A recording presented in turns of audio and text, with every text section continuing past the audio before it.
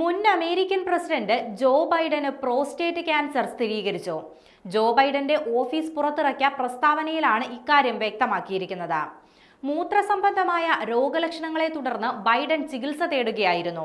തുടർന്ന് കഴിഞ്ഞ വെള്ളിയാഴ്ചയാണ് അദ്ദേഹത്തിന് പ്രോസ്റ്റേറ്റ് ക്യാൻസർ സ്ഥിരീകരിച്ചത്.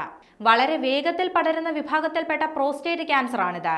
രോഗത്തിന്റെ സ്ഥിതി വ്യക്തമാക്കുന്ന ഗ്ലീസൺ സ്കോറിൽ 10ൽ 9 ബൈഡന്റേത്. ക്യാൻസർ വളരെ വഷളായ നിലയിലായി എന്നാണ് ഇത് വ്യക്തമാക്കുന്നത്. രോഗബാധ ഹോർമോണുകളെ ആശ്രയിച്ചായതിനാൽ നിയന്ത്രണ വിധേയമാക്കാമെന്ന സൂചനയാണ് ബൈഡന്റെ ഓഫീസ് അറിയിച്ചിരിക്കുന്നത്. രോഗനിർണയത്തെക്കുറിച്ചുള്ള വാർത്തകൾ പുറത്തു വന്നതിന് പിന്നാലെ അമേരിക്കൻ പ്രസിഡന്റ് ഡൊണാൾഡ് ട്രംപ് ഇതിനോട് പ്രതികരിച്ചിരുന്നു. അദ്ദേഹത്തിന്റെ ഔദ്യോഗിക ട്രൂത്ത് പോസ്റ്റിലൂടെയായിരുന്നു പ്രതികരണം. രോഗവിവരം അറിഞ്ഞതായും താനും തന്റെ ഭാര്യയും അതിൽ ദുഃഖിതരാണെന്നും ട്രംപ് കുറിച്ചു. മുൻ വൈസ് പ്രസിഡന്റ് കമല ഹാരിസും ദുഃഖം രേഖപ്പെടുത്തിയിരുന്നു. ജോ ഒരു പോരാളിയാണ്. അതീവ ശക്തിയോടെയും പ്രതിരോധ ശേഷിയോടെയും ശുഭാപ്തി വിശ്വാസത്തോടെയും അദ്ദേഹം ഈ വെല്ലുവിളിയെ നേരിടുമെന്ന് തനിക്ക് അറിയാമെന്നും കമല ഹാരിസ് എക്സിൽ കുറിച്ചു. 2024 അമേരിക്കൻ പ്രസിഡന്റ് തിരഞ്ഞെടുപ്പിൽ നിന്ന് ബൈഡൻ പിന്മാറാൻ നിർബന്ധിതനായി 1 വർഷം കഴിയുമ്പോഴാണ് ക്യാൻസർ സ്ഥിരീകരിക്കുന്നത്.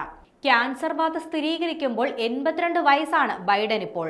അമേരിക്കൻ പ്രസിഡന്റ് പദം വഹിച്ച ഏറ്റവും പ്രായമേറിയ വ്യക്തിയും ജോ ബൈഡനാണ്.